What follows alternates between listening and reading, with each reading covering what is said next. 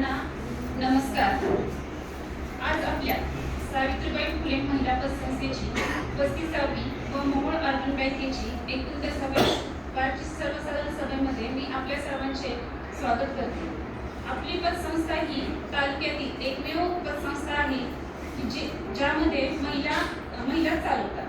आपल्या या पतसंस्थेचे कामकाज अतिशय काटकसरीने संस्थेचे कर्मचारी व संचालक मंडळ करत असल्याने आपल्या संस्थेची दिवसेंदिवस विकास होत चाललेला आहे।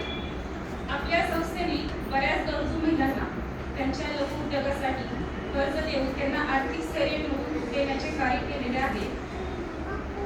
आपल्या संस्थेच्या वतीने वर्षभरात बरेच कार्यक्रम होतात की जेणेकरून महिलांचा विकास होईल, त्यांना वाचणूक मिळेल। जसे की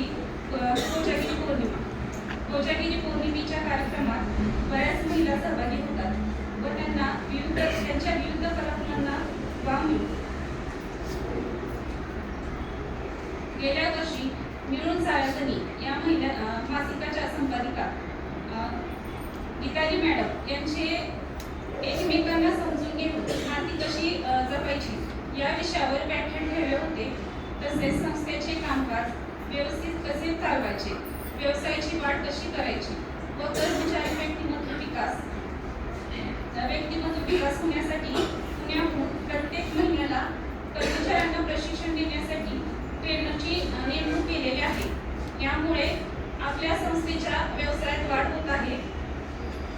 येथे बसलेल्या सर्व महिलांना आणि पुरुषांना माझी एक विनंती आहे की आपण सर्वांनी एफडी किंवा आरडी काढली पाहिजे। आता आपल्याला सर्वांच्या हातात पैसा आहे व तो खर्च करायला वेळ नाही। आपण सर्वच कमवायच्या मागे लागलो, सगळेच आता स्वावलंबी आहोत। पण काही वर्षांनी आपण रिटायर होऊ तेव्हा वेळ असेल पण आपल्या हातात पैसा असेलच असे नाही।